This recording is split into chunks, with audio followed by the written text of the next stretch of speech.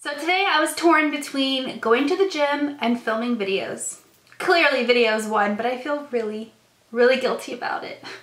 Hey guys, welcome back to my channel. Today we are doing a first impressions / tutorial type video on something that I'm really excited about. Right here, it's hard to see because of the packaging, beautiful packaging by the way. This is the Nars Narcissist Loaded Eyeshadow Palette. I saw this on Instagram and I died a little bit inside from how excited I was with how beautiful this palette is. So I will let you guys know right away that I have only ever tried the Nars Dual Intensity eyeshadows, which, wrong drawer, which look like this. They are these like metallic-y, like wet to dry eyeshadows. I also have the palette version of them. But other than that, I have never tried a Nars eyeshadow before. But what I hear about this eyeshadow palette is that it's like a reformulated, like amazing version of their eyeshadows. Really velvety, really smooth. We're gonna see if that's true. This palette is, I think, $59. I bought it with my Ulta points, so I got it for free. Woot woot.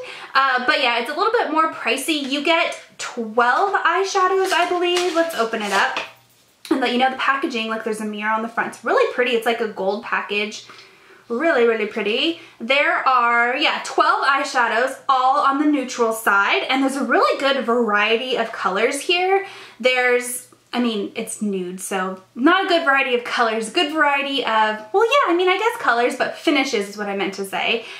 There's some sparkles, there's some matte, there's some frosts. I don't want to say there's any like chunky, like glittery things, which is probably a good thing. But yeah, there's like a little bit of everything in here. You got your matte, you got your cream highlight color, you got lots of crease matte colors here. I'm really excited about it. Look at this mirror too. That's my handprint on there. But anyways, it appears to be a really good palette.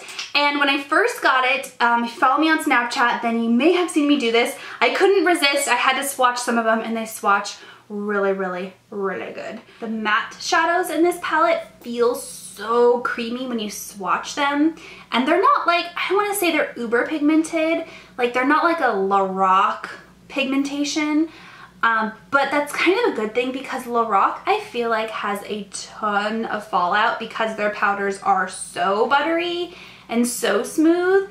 So I think I would rather, you know, pack up the pigmentation a little bit more, blend out a little bit more, and not have that fallout, especially if you're somebody like me who does your foundation before your eyes. You don't really mess up all your foundation, you know?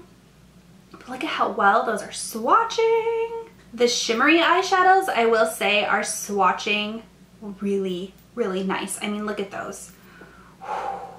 Love it. Okay, so here is what the palette looks like up close. It's a little bit bright in here, so it's hard to see the difference between these two, but this one is like a shimmery highlight, that's a matte highlight.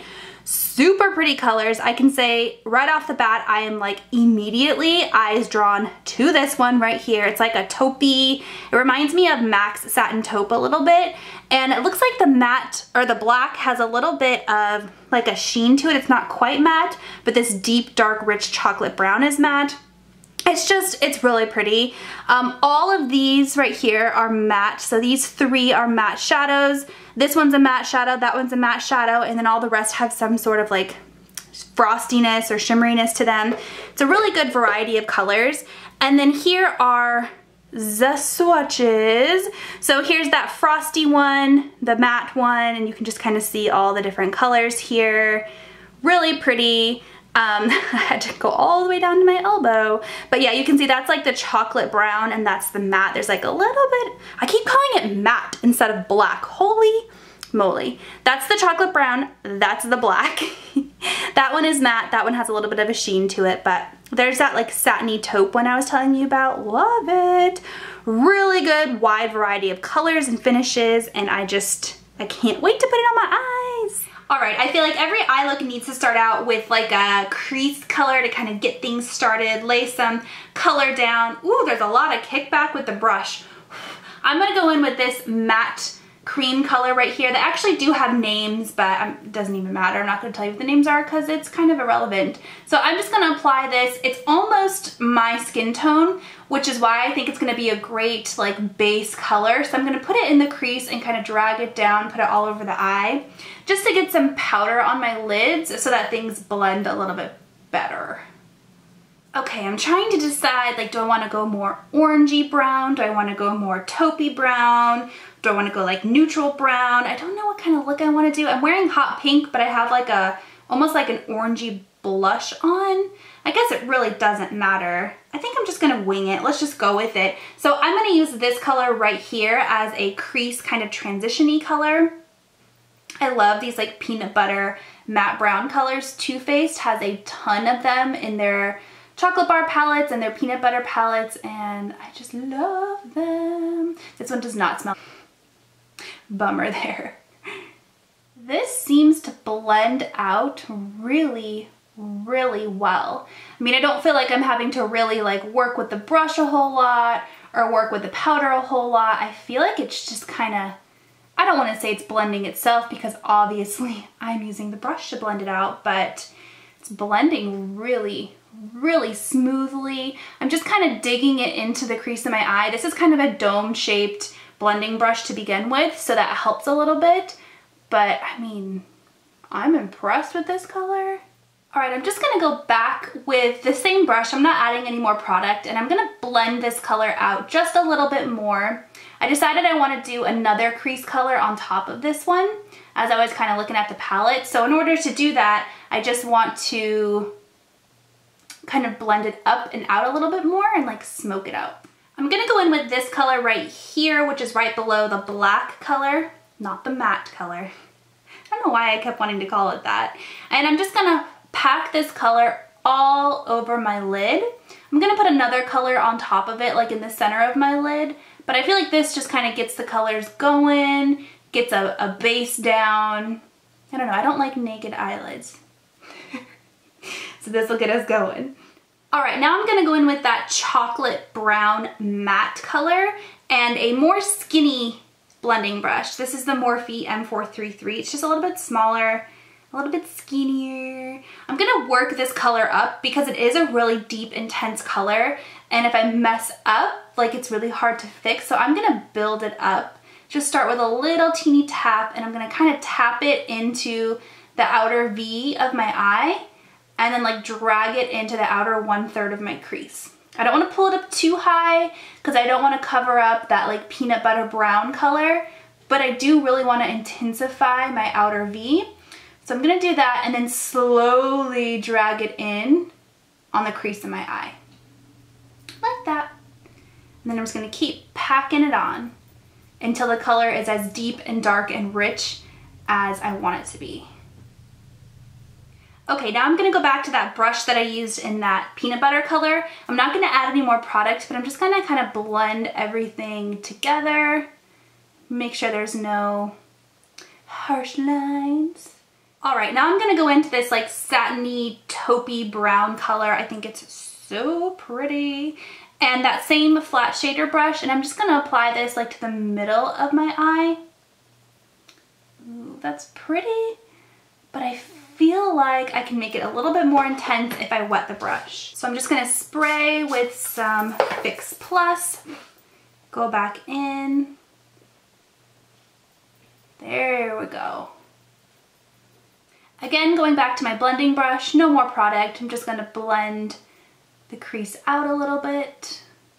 Next, I'm gonna go in with like a pointy blender brush. It's not quite a pencil brush, but it's like a pointy blender brush. And I think I'm gonna use this color right here. It's like the shimmery highlight or like satiny highlight. And I'm gonna put this on the inner corner of my eye, like kind of buff it up and out to the outer, like, or sorry, not outer, inner 1/3, but focusing on like the middle kind of tear duct of my eye. I think that looks really good. Now I'm gonna do the lower lash line. So same blender brush, same peanut butter color. I'm just gonna tap it on the tip right there and then apply, see if I can, I always get this out of camera. Buff it on my lower lash line. And then with that same pointy blender brush, I'm gonna go into, I think I'm gonna do the dark chocolate brown. Tap it on and just buff it on the outer 1/3 of my lower lash line. Okay, and because I'm feeling like super glowy today because of the highlight I used, I think I'm gonna put that same highlight on the center of my lid just to like make my eyelids like pop and match my cheeks because I'm feeling like really super glowy today. So the highlight I used is by Makeup Forever. It's their Starlet Powder in the color 13. I want to say this is Ivory is what the actual name of the powder is.